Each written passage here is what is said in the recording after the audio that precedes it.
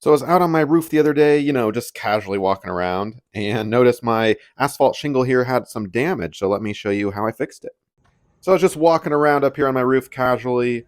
Kidding, my kid actually threw up something that got stuck in the downspout. But anyway, I was looking around and I noticed that this asphalt shingle here had some damage. And this was really the only piece of damage that I saw. So it wasn't like hail or something, just maybe a defect.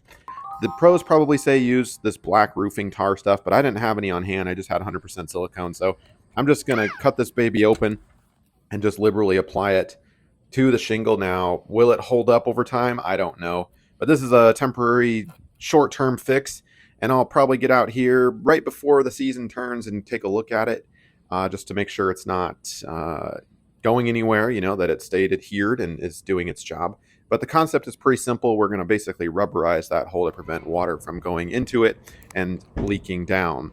And you want to know how this is holding up over time? Ask me a question in the comments down below, and I will hit you back.